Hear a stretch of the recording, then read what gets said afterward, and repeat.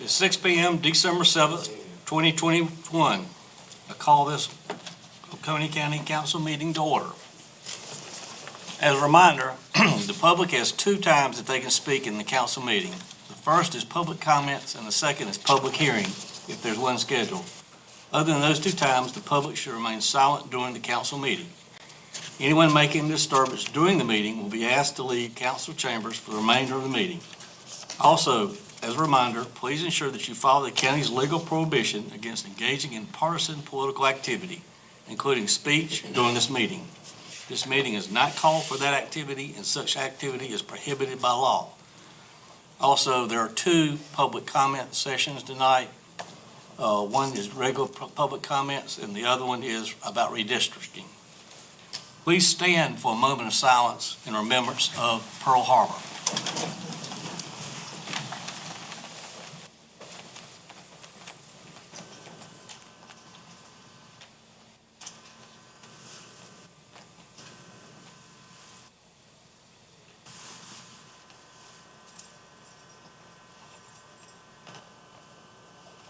Thank you.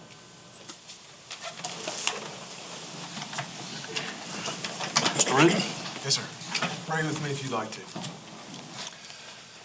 Well, Father, thank you for our lives. Thank you for the sacrifices that many have made to get us here and help us to be good stewards of this time, this life, these opportunities that we have, and to settle into this season, this holiday season, with the priorities in mind of loving you and loving our neighbor, taking time to slow down and taking time to reach out, right? Perhaps get out of our comfort zone to help others and to do your will. And I pray that would happen tonight, that this meeting would go according to your plan and your will would be done. In your name I pray, amen. Mr. Durham, will you lead us in the pledge? I pledge allegiance to the flag of the United States of America, and to the republic for which it stands, one nation, under God, indivisible, with liberty and justice for all.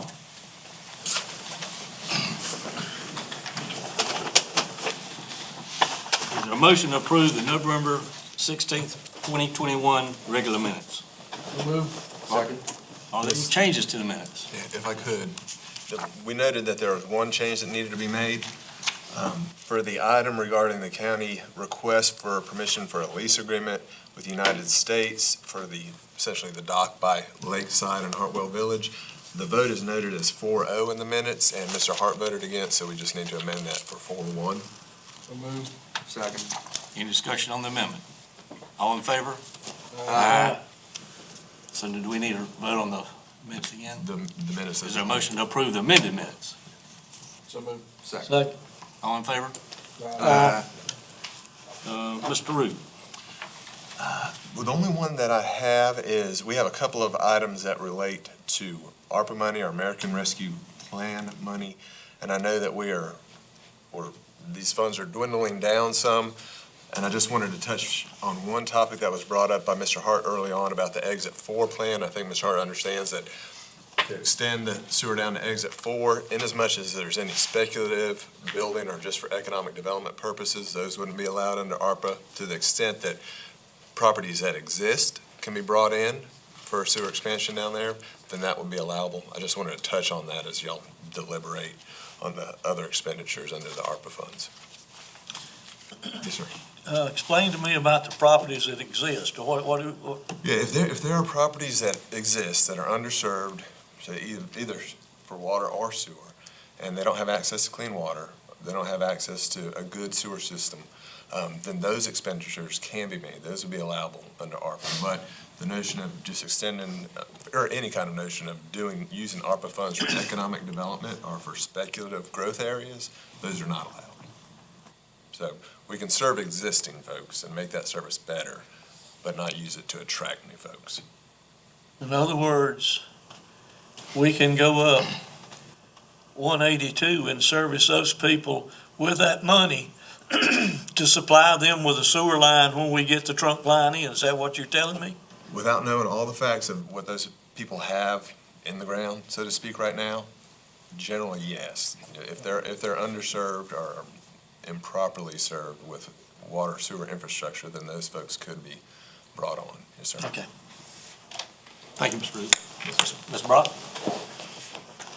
Yes, sir. I just have two things this evening. One, this is the last meeting of the year. I appreciate all the work of council, attendance from our citizens, our public interested parties.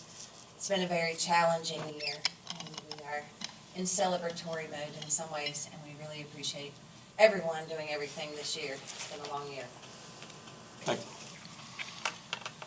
Okay. Proclamation 2021-17, a proclamation recognizing and honoring December 18th, 2021 as National Wreaths Across America Day.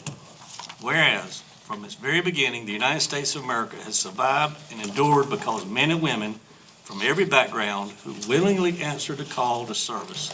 And whereas, many have enlisted in military service and risked their lives to ensure liberty and freedom for all. And whereas, each citizen should never miss the opportunity to thank those who are and were enlisted in military service. And whereas, it is our responsibility as Americans to acknowledge the military service of those who came before us. And whereas, each December, National Wreaths Across America remembers our fallen U.S. veterans with wreath-laying ceremonies across the United States, at sea, and abroad, and where each resident should strive to learn about the U.S. veterans who served our great country from the Revolutionary War to the present, so that their stories and sacrifices live on into prosperity. And therefore, we, Oconee County Council, do hereby recognize and honor December 18th, 2021 as National Wreaths Across America Day to encourage our citizens to pay homage to those who served our country while learning about veterans in our community, past and present. Is there a motion to approve? Make a motion. All in favor? Aye.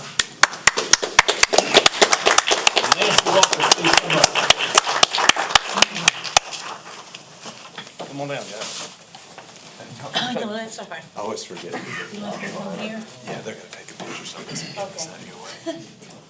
That's better. We never remember to move the podium.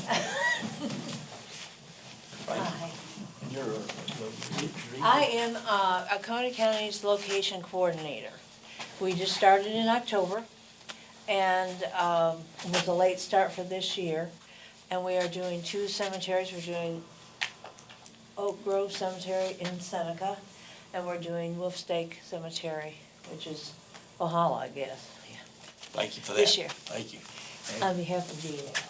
Thank you. Yep, Daughters of American Revolution. Yes. Go ahead, you move up front. Oh, thank you. Thank you. Thank you. Thank you. Yes. You be up front since you served. Yeah. How do you want this? Put the folks that served up front. There you go.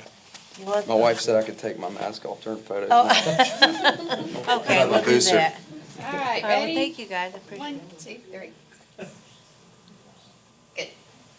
Thank you. Thank you very much.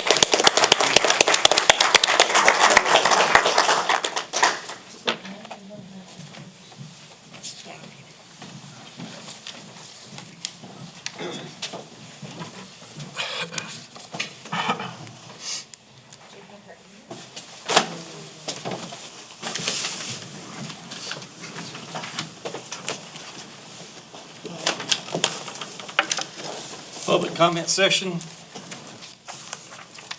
Each person is limited to 4 minutes.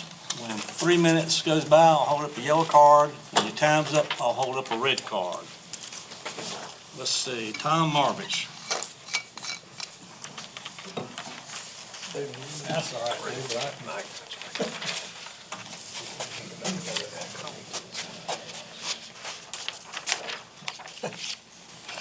For the record, I am Tom Markovich. So, anyway, I wanted to address the council tonight specifically about this resolution on impact fees. Y'all have heard me talk many, many times about the affordability of housing and how dire it is in Oconee County. We don't have to look far. We can go to Utica Village, we can go down to Newry, we can look at many different areas in the county, out in the rural areas of Westminster and the rural areas of Fairplay, just all over the county, and see how we are impacted by affordable housing and what it's going to require in order to keep housing affordable. A lot of people who have moved here have been lucky. Not just lucky, they've worked hard. They deserve what they have. And I'll be the first one to admit, I spent a lot of time building houses for those people who have come here and afforded very nice living styles. At the same time, I have always recognized the importance of that first home. Affordable housing is probably one of the most important things that can mean somebody building the assets they need to become successful in life. Housing is a way to get that kick started. Instead of paying rent, they begin to build capital and begin to build assets so that they can move forward. I think that impact fees are the wrong way to go in terms of trying to raise revenue to buy the things, the capital improvements that you may be seeking to get. It's not one particular part of the economy. It's not one particular part of housing that is going to be the only beneficiaries of that. And I realize that the state law allows that there can be some differences in it, but at the same time, those who are going to be the most impacted by it are those who can afford it the least. There's no question about that. And you know, we are already in a situation in Oconee County where the growth rate, the population growth rate, has been in deceleration here since 1980. I'm talking about the rate of growth. And it is most likely, and in fact, in this last, the census, it actually came down in the last 10 years, we only grew by 5.8%. It is very likely by the next census, we will go negative. We already have a birth rate that is less than a death rate in this county. And if we go negative on the growth rate, what's going to happen to all those tax dollars? What's going to happen to all these different things that we're trying to do? All of a sudden, the burden is going to shift. So I just think that we really need to think about how we're impacting housing, how we're going to be impacting the future tax base, but most especially, the affordability, the ability of somebody to be able to buy that first home and start to build a life for themselves. Thank you. Mickey Haney.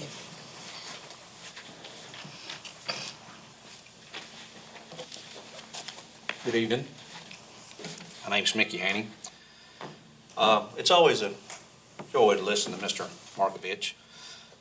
Great man of a lot of knowledge. But the reason I came up here today is the last meeting I had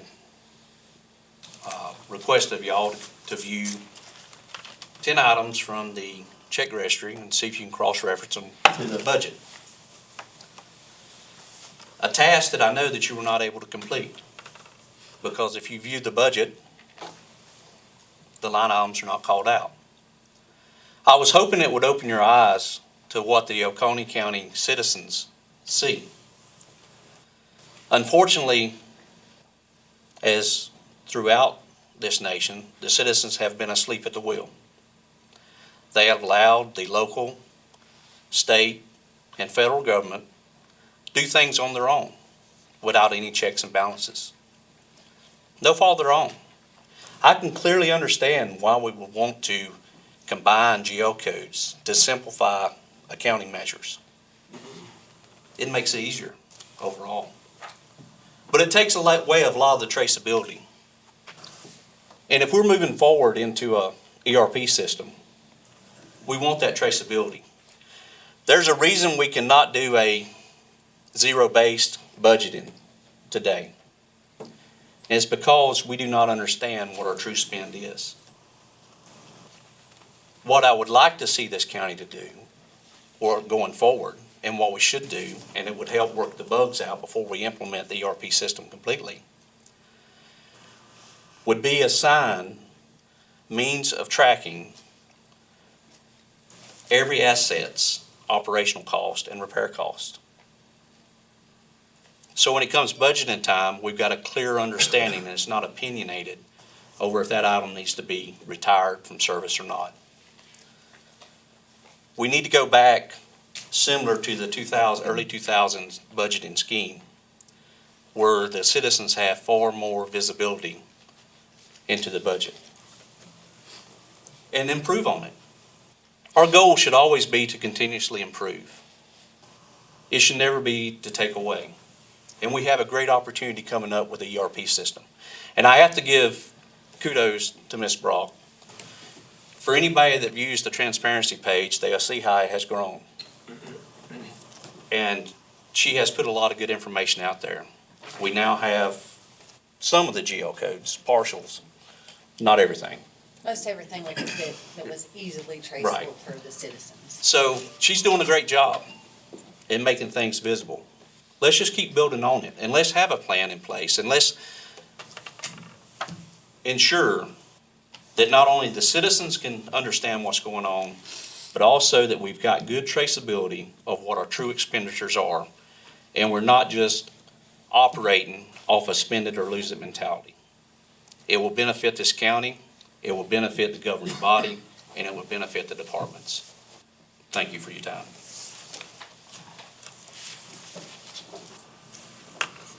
Okay. Council member comments. And I'll start. As information for the public, council hired the independent certified accounting firm Malden and Jenkins. Audit the financial results of the county for fiscal year ended June 30th, 2021.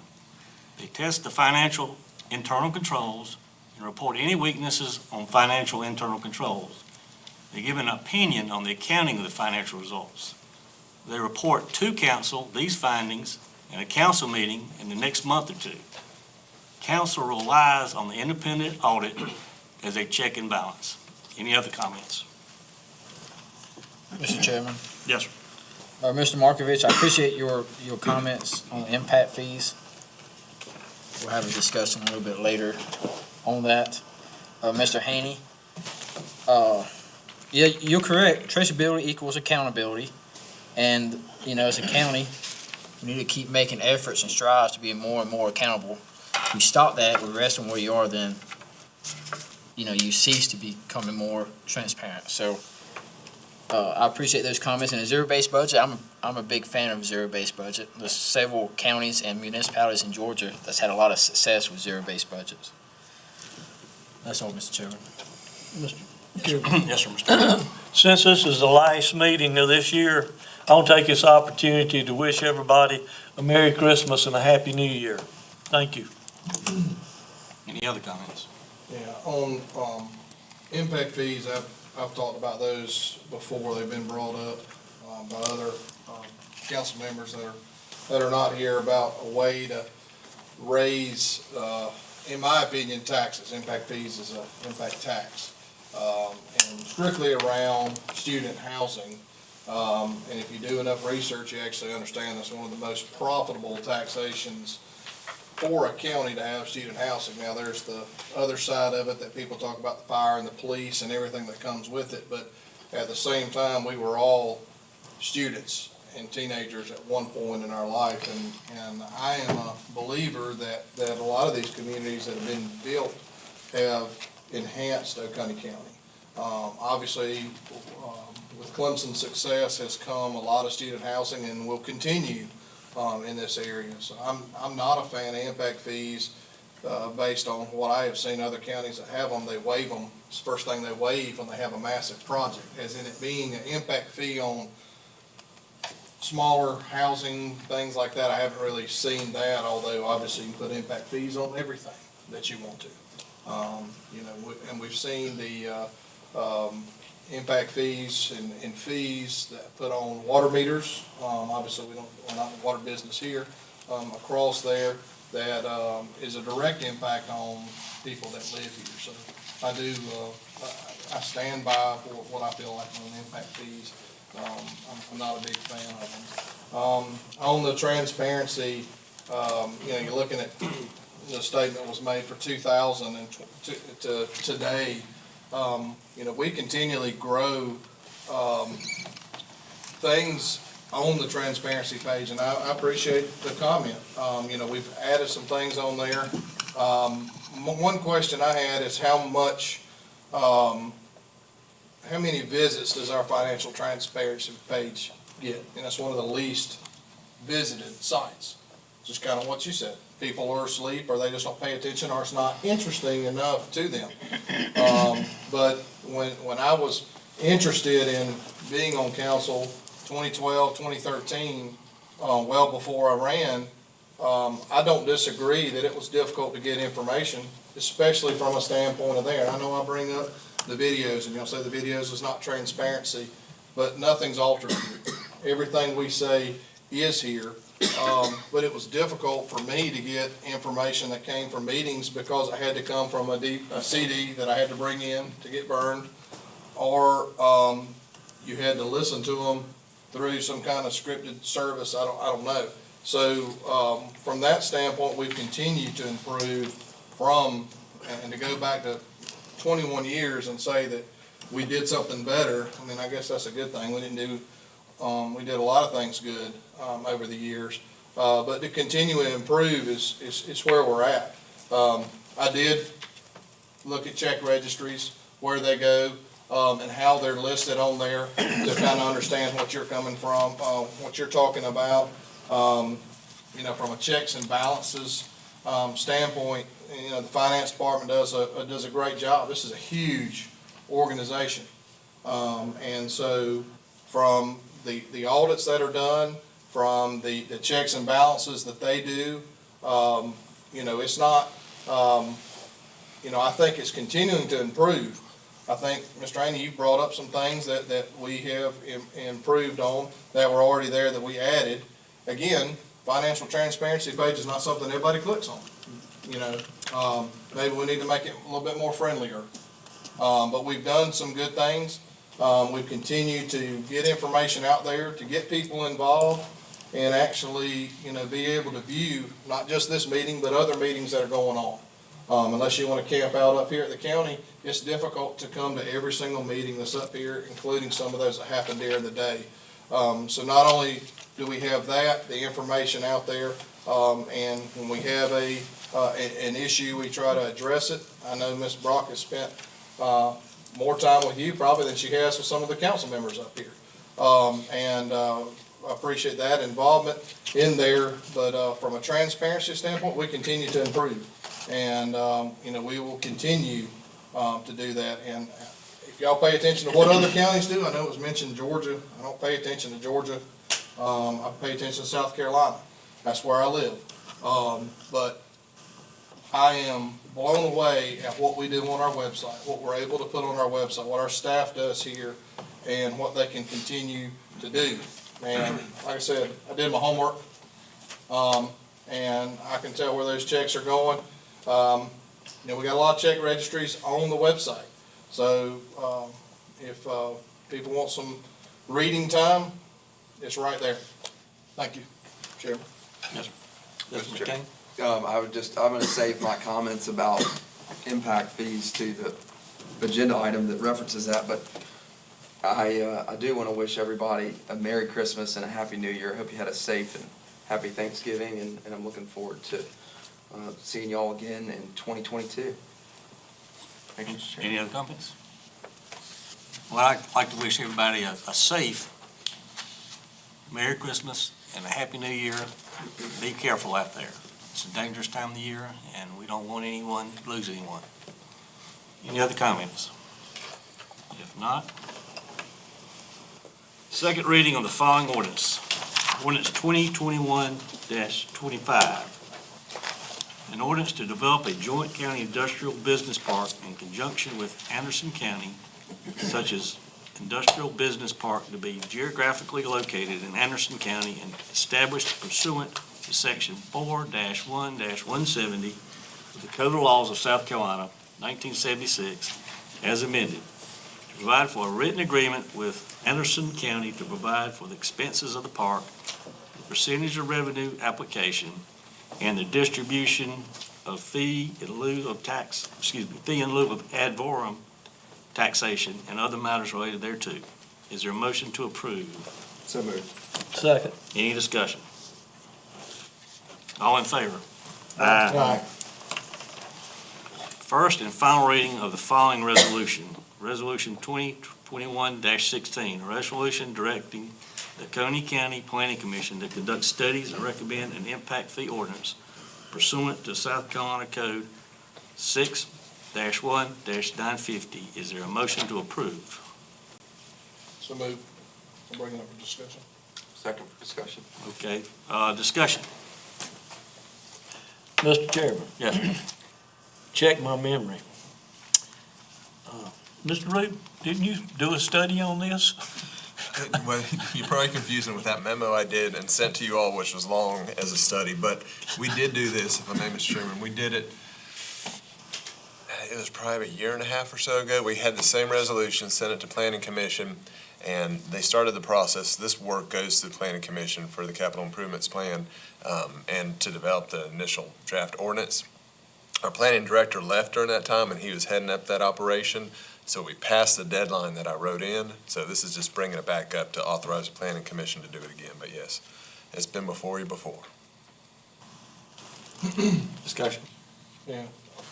I'll just echo what I said earlier. I'm not a big fan of it. I think our planning commission has other things to do and to kind of, from the new planning commissioner, I think, to bring that up. I mean, I'm not in favor of the impact fees. So. Mr. Chairman? Yes. I agree with Mr. Davis. The impact fee is a tax increase. Some things that, sometimes you get some developments that put a big strain on the system, and I'm not in favor of spreading that to all the taxpayers. So it could work, but the problem is usually those big developers and the politically connected, they get the fee waived or they get around it somehow, and it's hurting the little man. And we continue to talk about affordable housing in this county and how we can make it more affordable housing and more fees. No matter which way you structure it, it's not going to help that. Yes, sir. Mr. Chairman, I'm opposed to it myself. I'm glad to see that I'm not the only one in this case that is opposed to it. Any other discussion? Yeah, Mr. Chair, I think, for the record, I am opposed to it. I'm going to vote against this. But I just want the public to understand where this came from. Because some of y'all were not paying attention probably a year and a half ago. And there was some discussion, which you can probably go back and watch. I haven't watched the meeting. And my memory may fail me, but there were complaints about student housing on the eastern side of Oconee County. I believe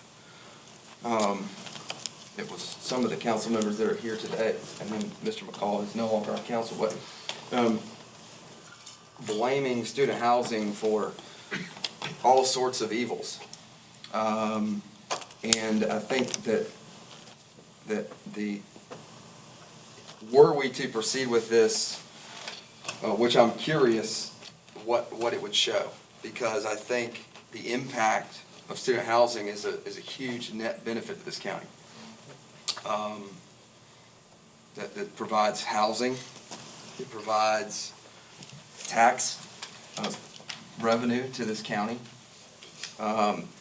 It provides economic impact in that it puts those people close to commercial,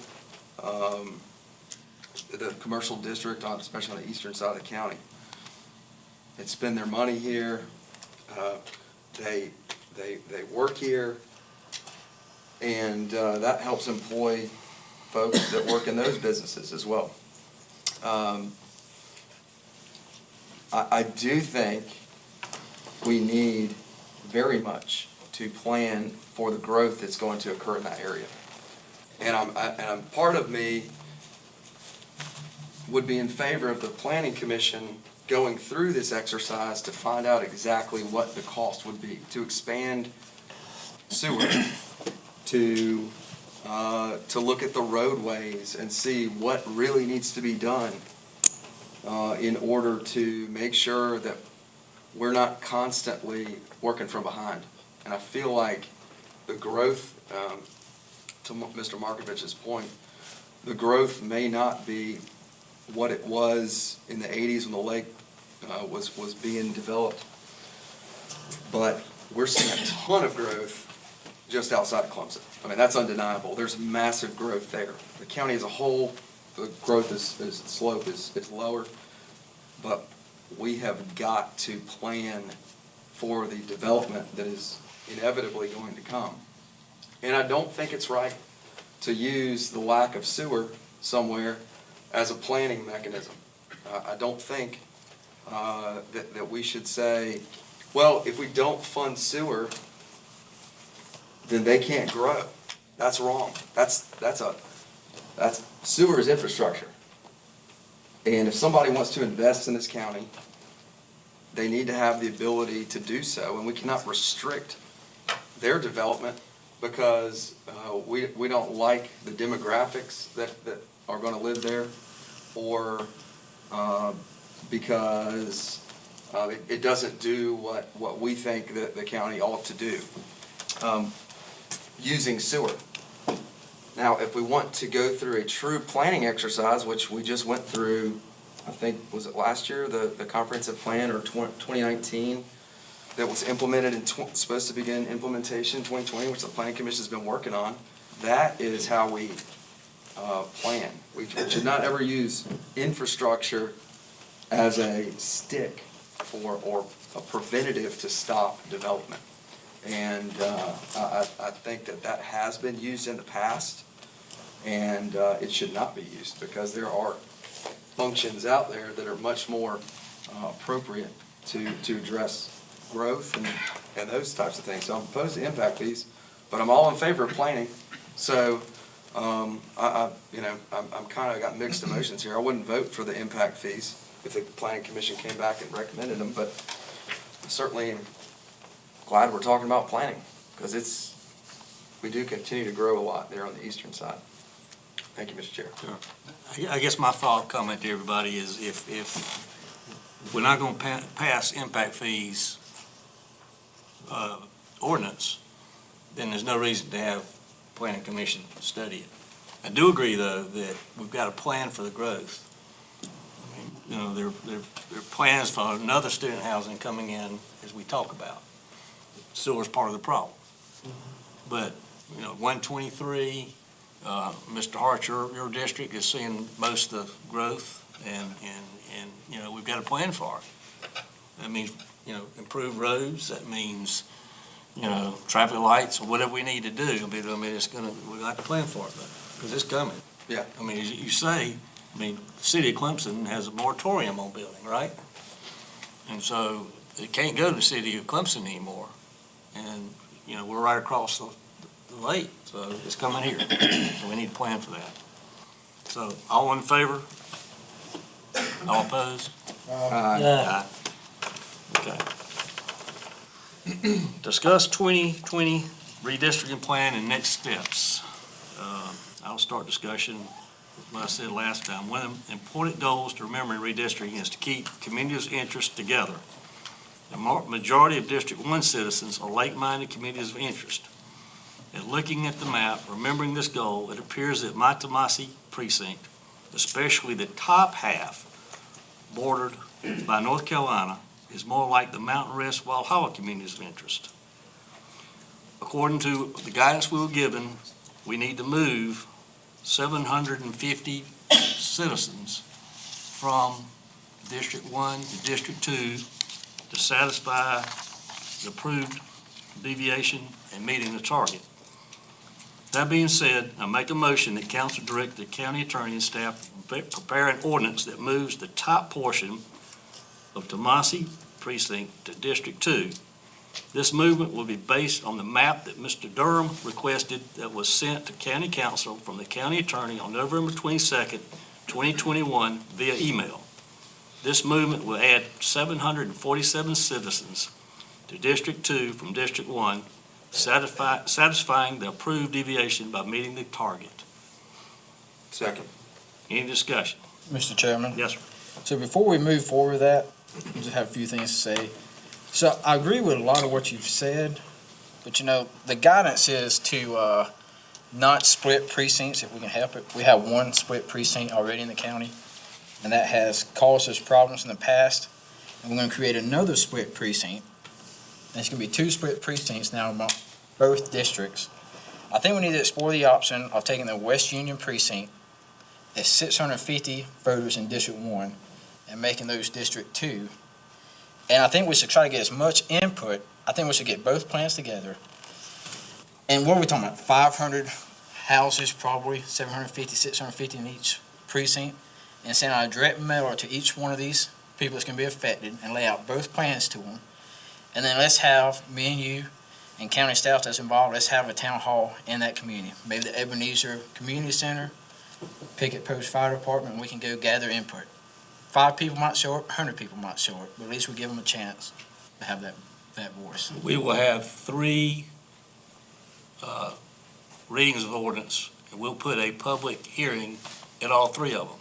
Well, let's put 2 plans But we out gotta there. get it done before filing date, which is, I guess, March 16th or 17th, something like that. We need to wrap it up in February. Well, then let's develop a plan and let's send it out, and we can have it out in January, and we can get 3 readings by March.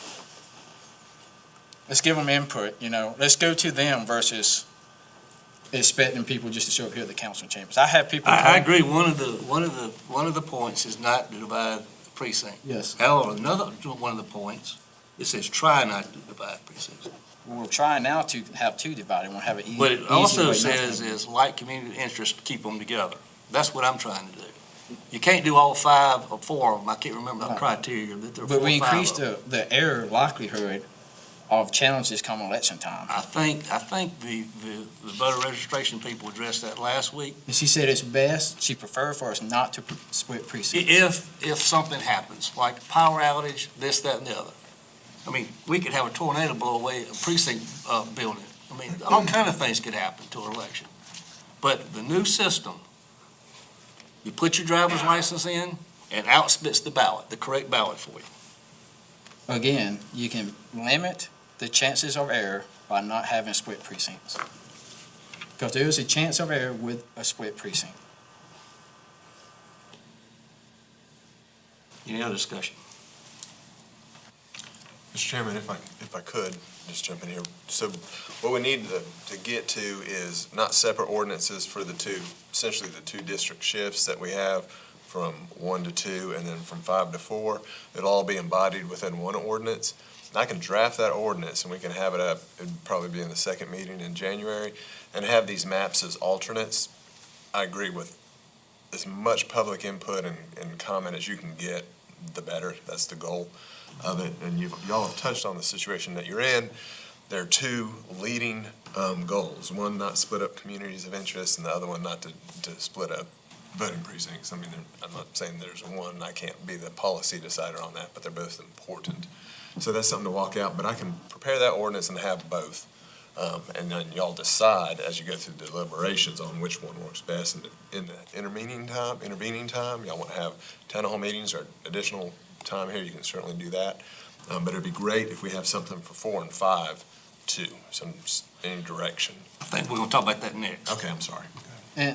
So the thing, election integrity is huge. It's huge. So if we can do something right now for the next 10 years to ensure that we don't have any problems like we've had in the past, that's what we need to do. Any other discussion? Yes, sir. On that, I did receive about 4 or 5 calls on that district, between y'all's 2 districts, on the discussion, actually in favor of the proposal, strictly on the standpoint of, I do understand the West Union. I grew up in West Union, Walhalla, so I understand the split precincts. However, I don't think it's as confusing as it's making out to be, because it's confusing if you've never voted before. I don't disagree with that, because you don't know where you're supposed to vote. However, the SC Votes has done a marvelous job. To call up here, you get any kind of information you have. That's been a lot better, but, I mean, in my personal opinion, being from that area, being around the Tomasa Salem, I do believe that area has a whole lot more common ground through the Mountain Rest and the Walhalla area than does that. And that was what the phone calls that I received were the same statement, actually, making sure that, additional, as they called it, as three of them called it, the lake communities stayed within the lake community and not over on that side. And that's what this is attempting to do. Now, I mean, Mr. Durham, if you want to change the lake community and move them over into your district, then I don't know if I would do that. I mean, that's completely your call, but that area, I know it stretches right outside of there, and that community is split, about 600 people. And the, West Union does vote on both sides. Very good turnout, based on what I can see from the last 3 years that I kind of looked at, doing some research on the last 3 elections that I've seen. So especially the last 2 presidential elections, which is really what we really want to see is good turnout, period. Doesn't do any good to have registered voters if you don't have turnout. So I'm very grateful to see the increased turnout from the last 2 elections. And I'm guessing when we have the third one, I imagine it's going to be all out the best turnout that's ever happened, hopefully not only in Oconee County, but across the U.S. Integrity, I don't disagree with you, is good. I think one of the things that I think we can do better, and I know we have the commission, the new Christy Burr here, is to help people understand when they move in. Maybe we need to do something that mails them stating what their district is. I've always voted in county council elections ever since I lived here. It was something that my parents put in me, and it was something that I always wanted to do. But obviously looking at turnout has not always been that way.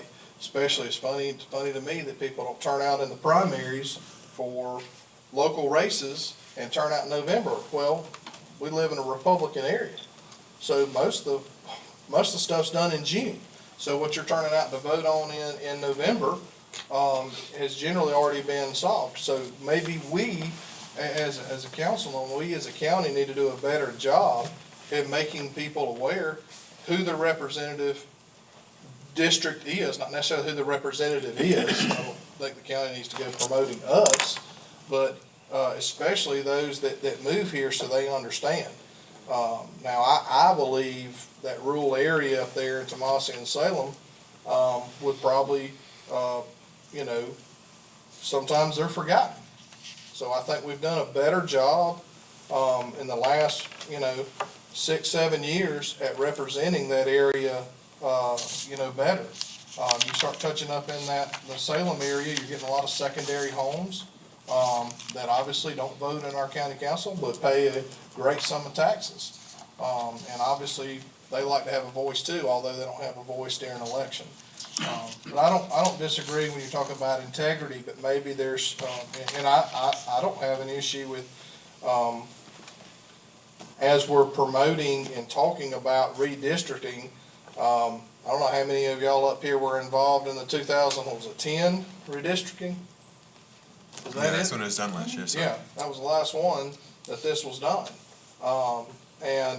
It's I know there was a lot of conversation in that, but tell me how to go back and get that conversation. So I don't disagree with what you're talking about is how do we promote this so people actually understand and actually care about what we're doing. So I don't disagree with what you're saying. And having town halls and doing things like that is great. But, having these meetings, hey, we're talking about redistricting specifically for really just, me and mine and Glenn's district and yours and John's district. So what do you want? So I'm just, I don't disagree with what you're saying about separating, but I don't think it's that confusing if the people understand prior to 2 days before the election where they're going. And we need to do a better job at that together. Well, Mr. Chairman, either way, the split precincts, they vote at the same precinct they've always voted at. What is it, Picket Post in Tomassi maybe? Fire Department, I don't know.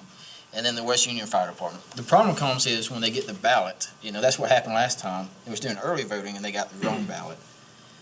But just a couple more comments for discussion. in this map that we drew up, the little bubble here that's west of Highway 11 that stays in District 1, how many people is that? Do you know offhand, David? I'm sorry, I was writing down notes. Would you repeat that again? Right here, west of Highway 11, this area right here that's staying in District 1, how many people is that? That's, Because it'd be easier if we could say west of Highway 11, District 2, east, District 1. man, I doubt y'all can see this, but just so y'all aren't doing blind, this is the area here that Mr. Elliott was proposing to move over. This little peninsula right here is what Mr. Durham's talking about. And I have a breakout of this area. I think our total was 195 and the voting age population was 141. So how does that skew our percentages then? We're not even, but we don't have to be perfectly even. You don't have to be, any movement that we can, because we're right butting out, I think we're at like 9%, we're below 10%, which is a statutory Yeah. requirement, so we're good in that sense. The more we can get closer to 5%, the better, so any movement is good. And that, I would say you might be looking at a 1.5%, somewhere thereabout. I mean, John, what do you think about that? Just the percentage and a half? Well, yeah, I mean, about taking everything west for your proposal and making it District 2 of Highway 11. How many people would that be? So I think this, he's Is that talking the about moving 191 this people? also. So it'd be an additional 195, as it stands now, to move this little peninsula also to District 2. So that plus the 747 people. Yes. Let me throw that. I'm good with that. Because in 10 years, your district's probably going to grow again. I'm good with that. Okay, so here's what I would like for us to do. So he's going to draw us up an ordinance, and we're going to start passing it first of the year. I want to get citizen input. So I think a good proposal is to take the West Union precinct into District 2. That's easy, doesn't split it.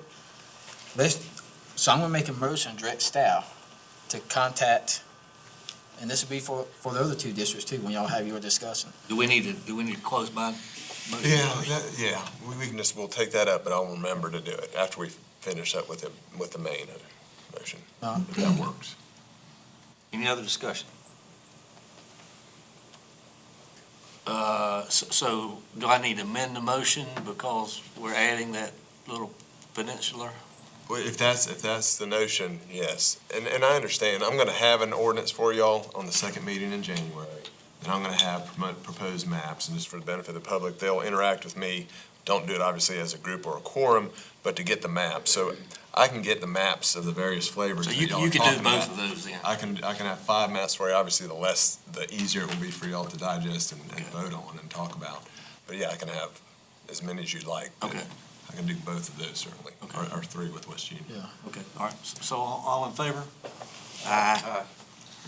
Okay, so then I'd like to make a motion for any changes and possibilities that we have, that we come to as clearly a possibility, that we make direct contact via mail, not the newspaper, because it's not going to reach the people, via mail to these households, and include a map and give them the dates of the meetings. Second. We have to have public input. It's not we should have public input. We have to. But I want agree to with what reach you're the saying. people And this so is- they know. That's easy. That's done through the GIS. It's the same people we send the tax notices to, so anybody. Yeah, it's an easy, 1,000 houses between, Sure. between our districts, I mean, it's nothing. So any discussion other than the discussion we have right now? All in favor? Aye. May I ask you to Let's see. second that motion, please? Who recommended Who it? seconded? I think I think Mr. it's- I second it. Thank you, Mr. Hunt. Sorry about that, Mr. Hunt. Okay, we need to talk about districts 4 and 5 redistricting. Yes, sir. In discussion with Mr. Hart, we have, pull my map up, get off of District 1.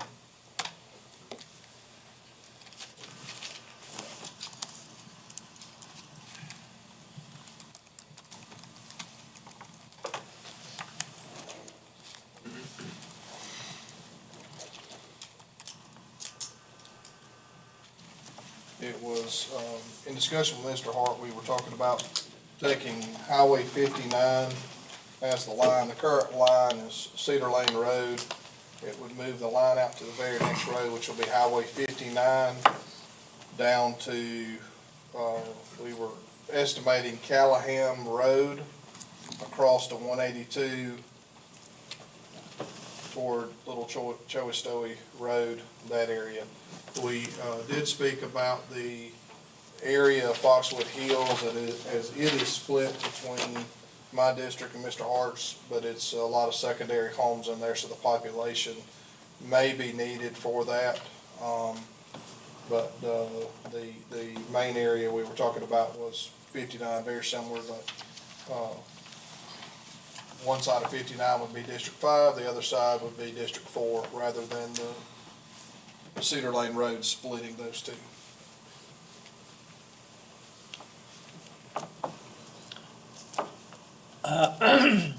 I'd say let Mr. Root work that out. I mean, I don't have any problem with that.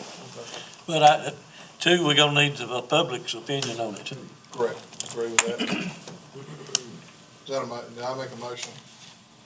I guess it's a motion. The motion would be for me to develop a map to include within the ordinance that takes your district down 59 to Callahan and then west to 182 to capture enough population to get close to equalizing. Do you want Is to that include a accurate? mailing with that one too, in this I was motion? assuming that all affected All of persons, them, yeah.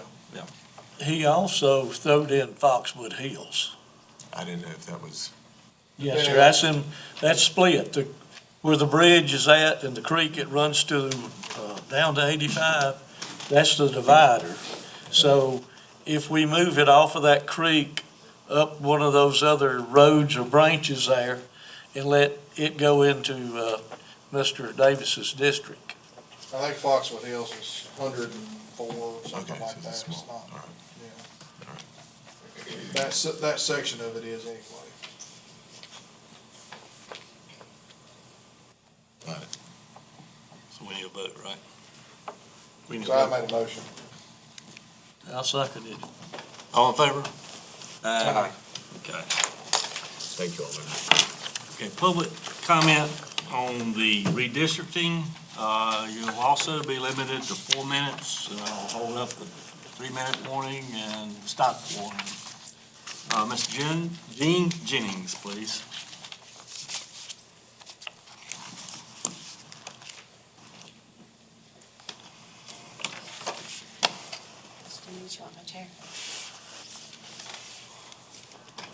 Good evening, County Council.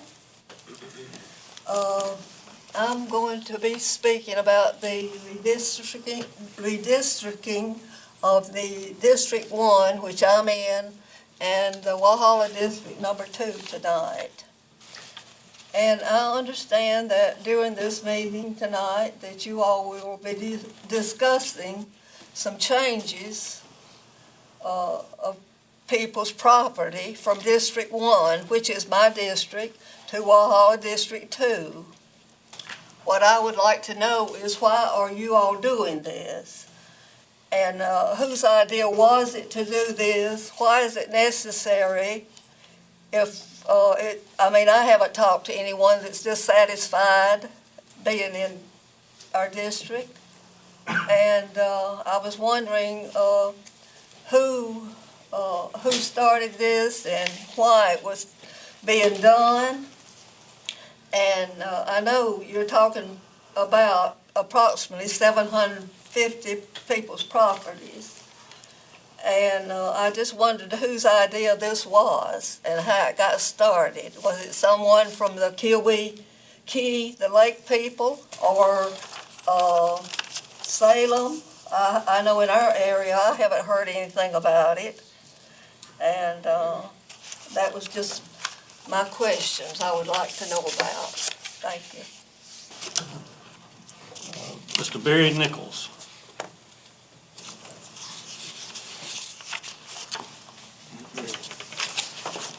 Mr. Barry Nichols. Yes, sir. Grandpa's on his way.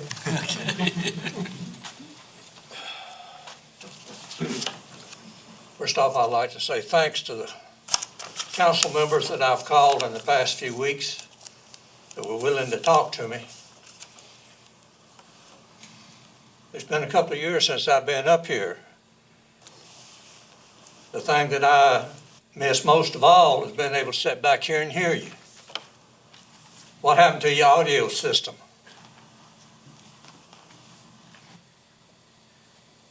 I can speak loud enough to be heard because I got a wife at home that's deaf. But sitting back here, I couldn't understand half of what was said up here. Especially you, Mr. Durham.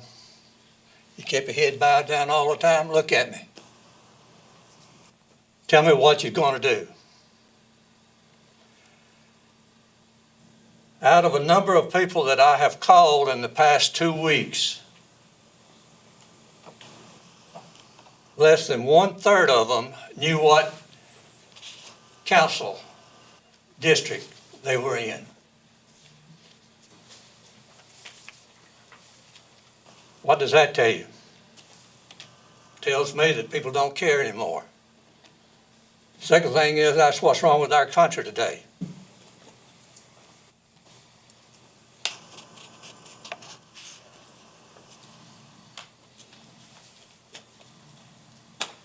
The thing that I got when I talked to some of you and what I've read, and that I made the first comment to the chairman a few days ago when I talked to him.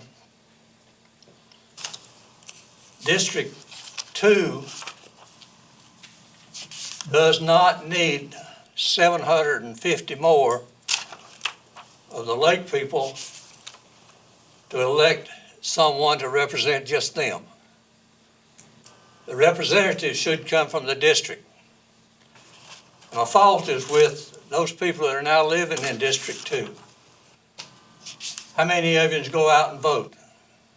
How many of you even know that you're in District 2? Another thing, and I've got to go. Sitting back there and trying to listen to you, I think a lot of you's already made up your mind. I think you already got this hashed out. I noticed you got a map there, a colored map with the districts. I'd like to have one of those placed there. Mine has been disappeared for some reason. A few years ago, I had all this information, but due to certain changes, I don't have it anymore. One of these maps should be in the hand of every person in Oconee County. How do you know where you're supposed to go to vote? How do you know who you're voting for?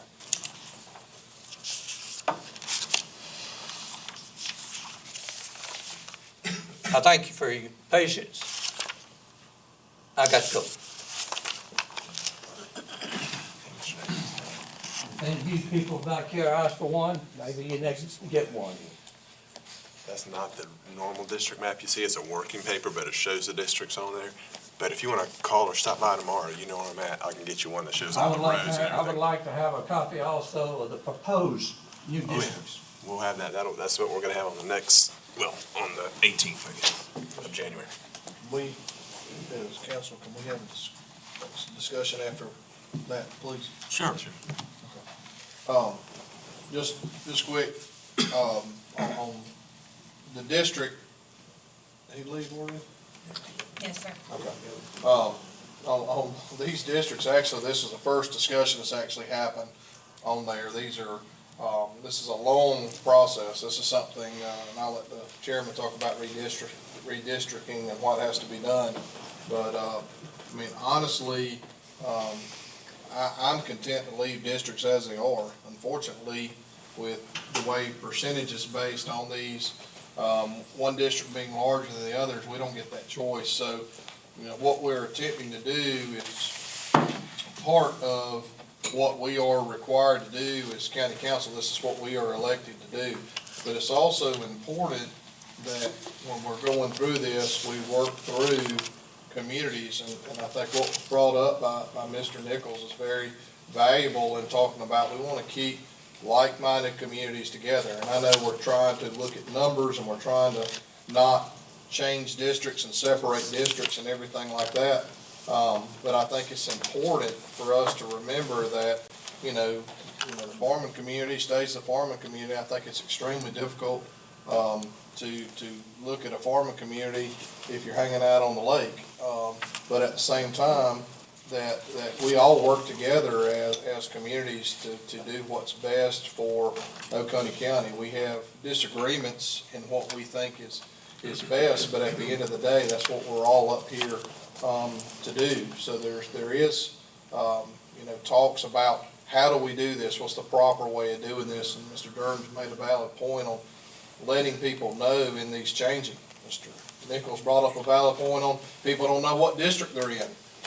Chances are they probably don't vote in primary elections, and that's one thing that we need to continue to encourage to do is to get out and vote. And I think the integrity of the elections needs to continue to improve, and I know it's been wonderful in Oconee County. I felt very confident in it here. I can't say that for everything, but as we stand today, the reason why we're doing redistricting is because we have to. So nobody came up with it up here. Nobody's trying to do anything in favor of a council member. In all honesty, it doesn't really affect us, but I guess long-term down the line, it would affect us. But, we're doing as is required by us as your elected officials. So it's all about one person, one vote. So the target was it 17,000? I can't remember the number.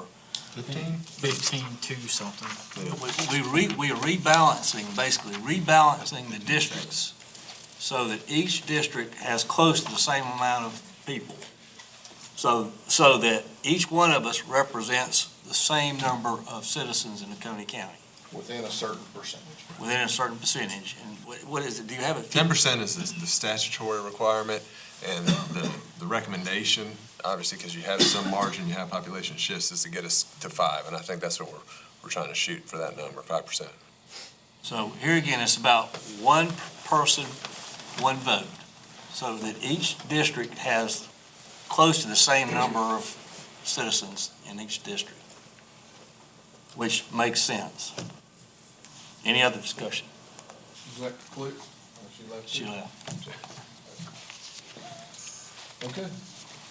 Okay, we'll move on.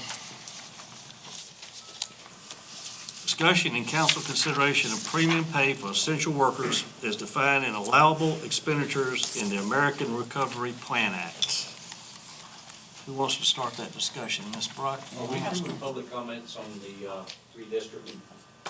We closed it. Yes, it's closed. Closed it. Yes, sir. Usually you ask if there are additional people. We've closed it, but you'll have plenty of time. We'll have at least three, if not 5 more times He to did talk ask about it. when we started the meeting if anybody wanted to sign up for either. I don't think you had come in yet, Mr. Haynes, when you said that.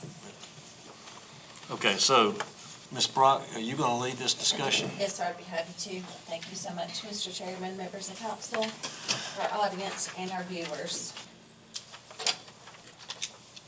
Essential workers have been and continue to be relied on to maintain the continuity of operations, which have been critical for protecting the health and well-being of our residents and visitors. Essential workers' well-being thus has been and remains at risk to meet the daily needs of our communities to provide essential services. The U.S. Treasury strongly encourages recipient of ARPA funding to prioritize providing retrospective pay where possible, recognizing that essential workers have not yet received additional compensation for work conducted over the course of many months while remaining to face the challenges of a public health emergency. Essential workers are those who are needed to maintain the continuity of operations in essential critical infrastructure sectors, including sanitation workers and janitors, truck drivers, transit operators, warehouse workers, public health and safety staff, additional staff that are deemed critical through government services. Many of our workers that you've seen in the last several weeks are lower than the average salary compared to a general population job at this time. Some of our essential workers have been placed in a position who are categorically less able to cope with the financial consequences of the pandemic or work-related health risk. The fiscal recovery funds may be utilized to provide premium pay to eligible workers performing essential work during the COVID-19 health emergency. The request this evening is for consideration and discussion regarding an allocation to county staff in an amount not to exceed $1,711,937.68. This request is for the discussion and consideration of an allocation to be administered via ordinance, as we have with all other ARPA funding, to be allocated to our frontline and essential staff who have carried out the responsibilities and in the face of uncertainty and staffing shortages during this pandemic. While I understand this may seem like a lot amount of money, it is. It is a lot of money. Oconee County has allocated approximately 50% of its ARPA allocation to its municipalities in efforts to assist them to provide critical infrastructure to our citizens and visitors. The request this evening is 11.7% of this allocation. Our people are our service. If we cannot provide the service to the customers, citizens, and residents of this county, then we are at a standstill in the expectations of the public. If there's any discussion, I'd be happy to answer any questions. How many employees are we talking about? 417 essential frontline workers, 127 secondary workers. Any other discussion? Yeah, add those two together. What do we got? You got 417 and what? 127. 127? Yes, sir. Well, as far as I'm concerned, all those people are essentials. I mean, let me just use an example for the Army or the military. If you was in Vietnam, if you put your foot down on the tarmac or on the soil there, you was considered to have been exposed to Agent Orange. I think these 540-something, all of them has been exposed to not Agent Orange, but to the coronavirus. Regardless what their position is, they're going to run into contact with someone that has possibly been in contact with someone. So I feel like they're being exposed, and every one of them is essential. Thank you, sir. Any other discussion? I'm not exactly sure on the, sorry, Mr. Chairman. Go ahead. How the breakdown worked on there. I know we did have several departments that were under full operation, and we had other departments that were under partial operation, depending on that. Didn't make necessarily were they any less important, but I do know that we had several staff that were pulling a lot more time than they ever had because of sicknesses, because of staff members being out that are extremely, extremely vital. Again, I'm not exactly sure what the breakdown is of there, but I think, I appreciate Ms. Brock bringing this up. I think it's definitely something that I'm in favor of, but I also know that several departments that never skipped a beat, didn't have a choice. And when they were out, or when staff members were out, other departments had staff members come in there to step in. So, and work not just their job, but other people's job as well. So that speaks volumes to the people that we employ here at the county, to the department heads that made adjustments, and to those employees that had to learn a new job at times just to help fill in. So I'm in favor of this. Again, looking at the back of the material on how the breakdown is, that's not necessarily my job to say, hey, who did more than somebody else. That's, they work for the people or for you. They don't work for us. We don't employ them. so we don't make that decision. But I'm definitely in favor of that. How did you come up with what is considered in those two different groups? So categorically, the federal government outlined what were considered frontline, which is what we call boots on the ground.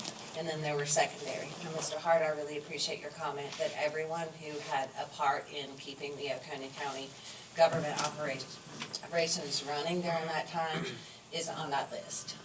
There were some people who were fortunate enough or in certain circumstances who were able to work from home, and those are the ones that have been excluded from the list, and those are the only ones. And in order to keep everything as fair and accurate, and I mean accurate to the quarter hour, since March 20th, 2020, the finance office and staff and my office staff have worked diligently to pull every time card for every employee in every single category that there was. So the number that I gave you this evening is a max out-of-pocket amount.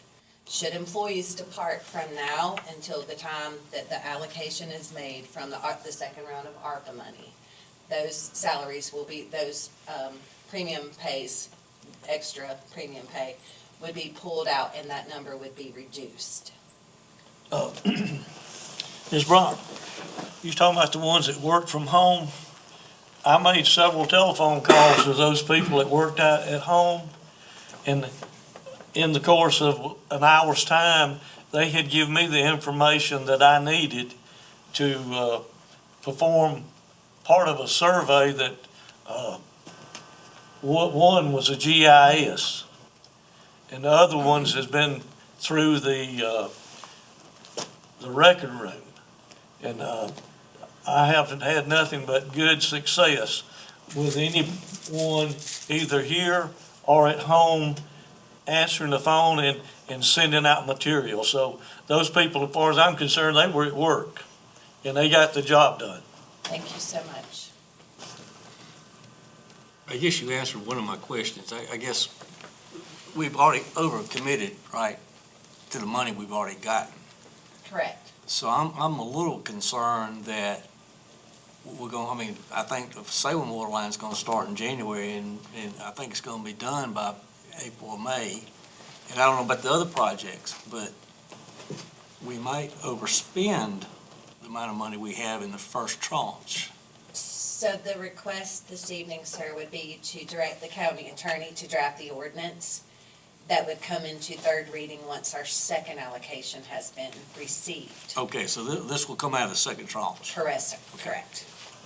I had every hope that we would be able to financially manage a way to distribute the funding, but in order for us to do it in a way that has been consistent and increased transparency, Mr. Root and I discussed several times the need for there to be an ordinance for such, and I believe that would be the best route to go. Mr. Chairman? Yes, sir. And speaking to a lot of other county councilmen about their funding, there's not many of them, some of them came in behind us, what we did when we were trying to work with the cities and work through several infrastructure issues that we have in our cities. But there wasn't a lot of counties that elected to do exactly what we did, which is to assist and help with those cities. So I'm very appreciative of this council in working with the cities and working in partnership. And my hope is that the cities are equally as appreciative of county council doing that, because several of them that received a lot more money than we have did this for several of their cities. So I'm very appreciative again of council making that effort for those cities because it is part of our county. And I think that's a huge thing that what we're doing. So, but I'll make the motion as stated to direct county administrator to bring this up, I guess, as a reread with a public hearing as stated. Second. Any discussion? All in favor? Aye. Thank you. Council approval of acquisition of real property adjacent to Oconee County Solid Waste Complex. We're going to consider this after the executive session. Procurement number 21-03, Cherokee Land Road Bridge Replacement. Excuse me, Cherokee Lake Road Bridge Replacement. Department Roads and Bridges, the project amount is $679,893.41. 10% contingency of $67,989.34 for a total award of $747,882.75. Thank you. It's staff's recommendation that council, one, approve the award of ITB 21-03 to Thrift Development Corporation of Seneca, South Carolina, for Cherokee Lake Bridge Replacement in the amount of $679,893.41, plus a 10% contingency amount of $67,989.34 for any change orders that may arise, for a total award of amount of $747,882.75. Two, authorize the county administrator to execute documents for this project and sign any change orders within the contingency amount. Three, authorize the county administrator to transfer sufficient funds for the above project to department's capital Cherokee Lake Road line item. Is there a motion to approve? Second. Discussion. Mr. Chairman, I think if we do something like this again, we need to have it stated how long this bridge is. Because I was hoping to get one like we got down at Cooper River in Charleston, but this one's gonna be a little short. But anyway, seriously, I would. Christmas lights on it for you. I noticed it's 60 feet long here, and I would like for that to have been in the follow-up next time so that we'll know what we're looking at. Yes, sir. Any other discussion? Yes, sir. This needed to be replaced since I was a kid. So, That was a long time ago, Joe. That's a long time ago, 41, so I remember driving across this bridge. It was, definitely from what we're trying to do and what we're working with on, funding. And I know Kyle's done a great job with his department, and I know he appreciates the equipment and funding, because this stuff right here, it can't wait anymore.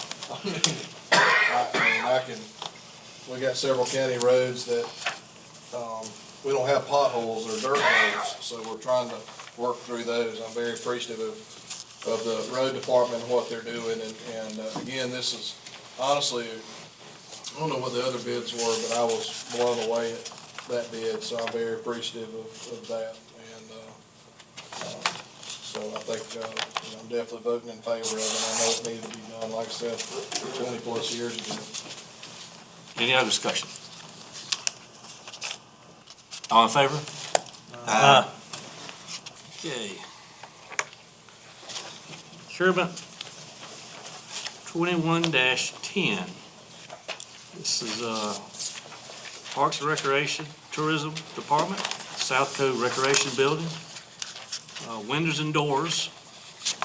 The amount $49,867.69 with a 10% contingency of $4,986.80 for a total award of $54,854.79. It is staff's recommendation that council, one, approve the award of ITV 2110 to Pro Glass Services LLC, doing business as Glass Doctor of Seneca, South Carolina, for windows and doors for South Cove Recreation Building in the amount of $49,867.99, plus a 10% contingency amount of $4,986.80 for any change orders that may arise, for a total award in the amount of $54,854.79. Two, authorize the county administrator to execute documents for this project and sign any change orders within the contingency amount.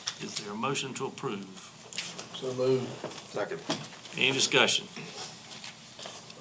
Mr. Chairman, Yes, Mr. Carter. I'll have to ask Ms. Brock, is this the one that we met the Sheik in? Yes, sir, it is. Okay, It is. And you were there on a windy, Yes, rainy day. yes, I We need was. your windows. I'd like to have a window But when the then. ship comes back, we will be eating our sandwiches in the dry. Any other discussion? Yes. So at this time, we're not doing any, air conditioning. It's still got the heating unit. I know that kind of works in it, if you know how to turn it on properly. No, there is a full remodel going on Okay. that has been approved through LAT, local ATAX. Okay. This award went above the 50,000 number that had to have council approval for that particular piece. Just wanted to understand that. Okay. And again, appreciate that we got another local bidder on here, and that does mean a lot to me that we're doing, we're getting local, areas bidding with us, so it's always great. Any other discussion? If not, all in favor? Okay.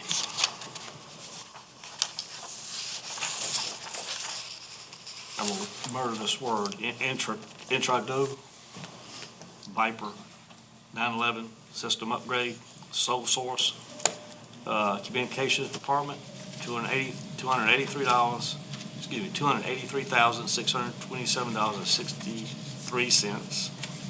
The staff's recommendation, the council approve the sole source purchase of the Viper 911 system upgrade and extension location to Intra Life and Safety Solutions Corporation of Chicago, Illinois, in the amount of $283,627.63. Is there a motion to approve? So moved. Second. Any discussion? Yes, sir. Yes, sir. Does anybody else use this system, or who else is around on this system? Or what do they use here in that natural disaster? Captain Travis Stilson. You were here, so I wanted you to have a chance to speak. Thank you, Mr. Chairman, thank you. Yes, Pickens County, Anderson County, there's probably 15 or 16 other agencies. I just wanted you to state that. Any other discussion? Sometimes we like to be first in doing things, and so. I know. Yes, sir. Is this, just a standby unit, or is this supposed to be? So this purchase is two pieces. It's the complete standby unit that we're putting in down at the Hamilton Career Center for the backup center. And in conjunction, it also upgrades parts of the center here in Walhalla. It's all one package. So we have to upgrade pieces of the main one so that they remain compatible with the brand new stuff we're putting in at the Career Center. Any other discussion? All in favor? Aye. Okay. 2 Ford F-250 pickup trucks. Departments of Facilities Maintenance, about $69,552. It's staff's recommendation that council approve the purchase of two 2022 Ford F-250 pickup trucks to Vic Bailey Ford, Inc., Spartanburg, South Carolina, in the amount of $69,552. Is there a motion to approve? Second. Any discussion? I'd like to thank staff for putting in the description of the vehicles. I know we have usually short descriptions, so the kind of makes sense on what we're purchasing here. So, Just a notation, we also included what we're replacing. yes. If you'll notice, a 1993 Chevrolet 2500 and a 1996 F-250. Should have actually put the actual mileage on that 96 F-250. I think Ms. Popham's chuckle may address that. Any other discussion? All in favor? Aye. Local ATAX recommendations, Coney County Parks and Recreation Tourism Commission, amount $172,500. It's staff's recommendation that council approve the ATAX grant recommendations per the attached spreadsheet in the back. Is there a motion to approve? So moved. Second. Any discussion? All in favor? Aye. Parks and Recreation Tourism Department, Seneca Creek Boat Ramp Site Development. The amount, $3,063,854.68. Contingency, $306,385.47, for a total of $3,370,240.15. The staff's recommendation that council, one, approve the award of ITB 21-09 Seneca Creek Boat Ramp Site Development to the Belk Company LLC of Anderson, South Carolina, in the amount of $3,063,854.68, plus a 10% contingency of $306,385.47, for a total award of $3,370,240.15. $1,500,000 of the project allocation is allocated, let me read that again. $1,500,000 of the project allocation is anticipated ARPA funding. Two, authorize county administrator to execute documents for this project and sign any change orders within this contingency amount. Is there a motion to approve? So moved. Second. Any discussion? Yes, sir. This ARCA money, did we already have this budgeted with $1.5 million before we substitute this other money? The We ARCA will money? not be substituting the other money. This ARPA money, as we anticipate that allocation to come between March 2022 and May of 2022. The request for the utilization of any and all ARPA money for future use are going to come back to council. For budgeting purposes, we would like council's approval for us to move forward with this, and I think Mr. Root's gonna have a note as to that. Should something happen with the ARPA or that allocation not come, there'll be language provision in the contract with the contractor that council must reapprove that ARPA money expenditure once that money has been allocated to us. Does that answer your question? Any other discussion? Yeah, when we did the original bid for this, did we bid, I know we're looking at the bid on October 26, 2021. Was this the bid for the entire project? Did we redo? Because I know we were phasing it in. Did we say, hey, what's the total project cost, or did we bid it in phases, or what were you doing on that? The phasing in was going to have issues for the permitting and engineering work. So if we were going to pay for permitting and engineering twice, some of the stuff that's not true. I wasn't in favor of phasing it in anyway. I remember that coming to the real estate committee. We presented it as a phase project based on the dollar amount originally. Your feedback allowed us to rethink that, and then the opportunity to utilize ARPA funding allowed us not to have to do a second mobilization and engineering cost for coming back for a phase two. So that's why you see it as one full phase. We will have to have a change order in there to add the restroom, but that will be local aid tax money whenever that comes back to you. So I guess what I'm just making sure of, we sent out 4 bids to 41, and then 2 companies out of 40 submitted the bids. That's correct. Was it a phase? No.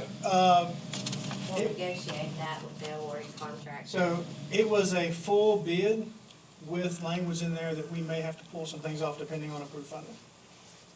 Okay. That's an accurate, that's correct? That's correct. Yeah, we bid the entire project, but we laid in there because the second phase was things like one of the courtesy docks, one of the fishing piers, one of the kayak launches. Those could have been an easy add to the second phase. So we did the entire project with language that we could pull those off if we had to. Any other discussion? All in favor? Aye.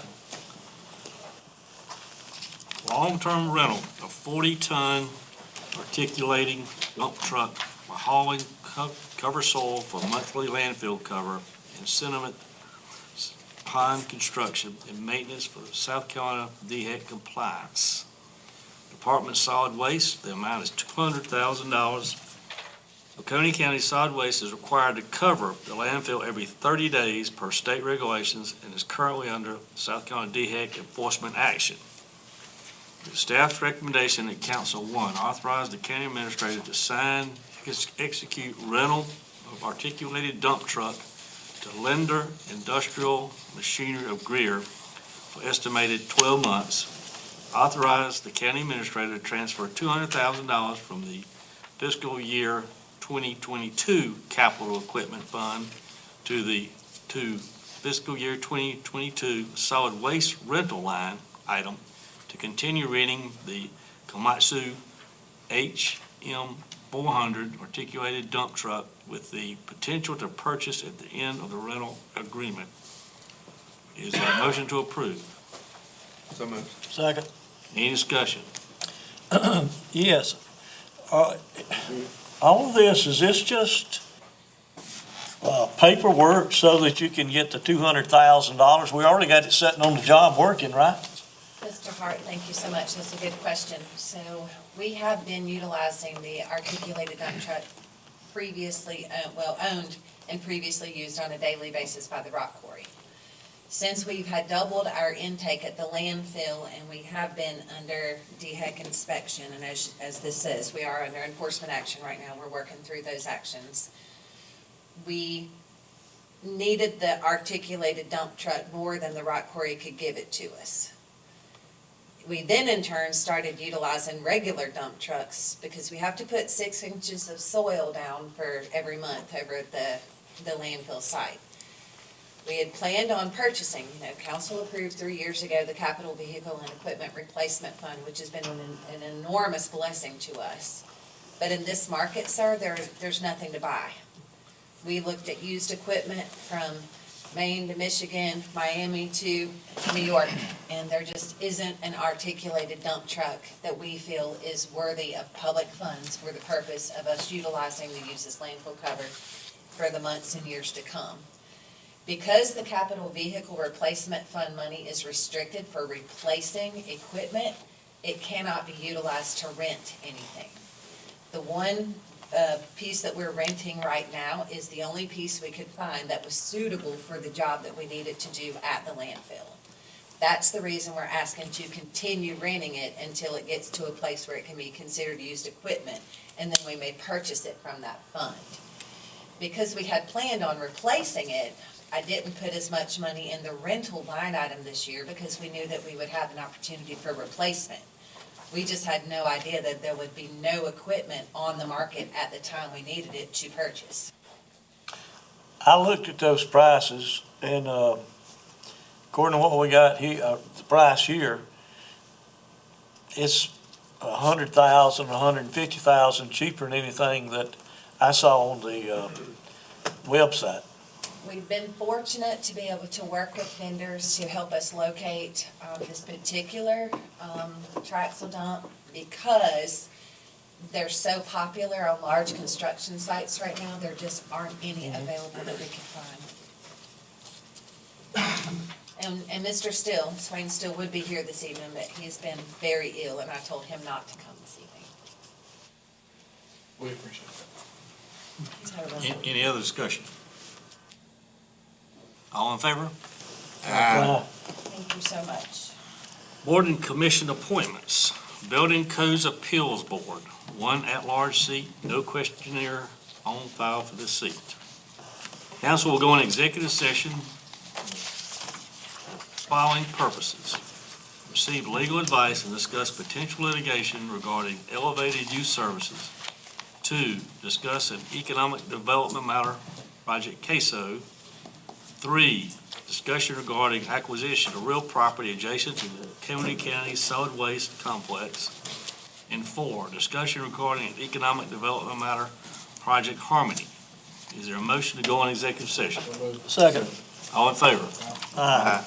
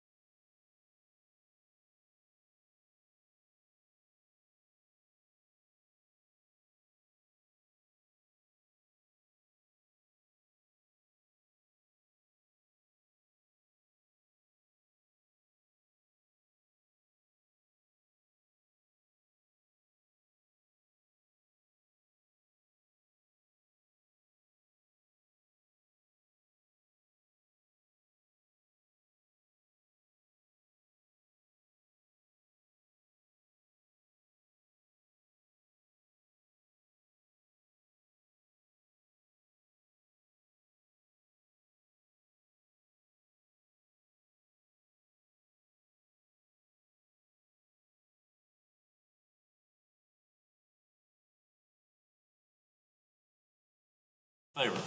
Aye. Council approval of acquisition of real property adjacent to the. Mr. Chairman, if I could, we still have to have one item springing from the executive session matters. So if I could get a motion from council in relation to the second item, which is Project Queso. Need a motion to authorize the county administrator to execute the letter of intent as discussed. So moved. Second. Any discussion? All in favor? Aye. Thank you, sir. Back to council approval of acquisition of real property adjacent to Oconee County Solid Waste Complex. Mr. Root? Yes, sir. We just need a motion for that approval for the acquisition of the real property adjacent to the solid waste complex in an amount up to $200,000 plus closing costs. Make a motion. All, any discussion? All in favor? Aye. Thank you, sir. Is there a motion to adjourn? Make a motion. Second. All in favor? Aye. Well, so much.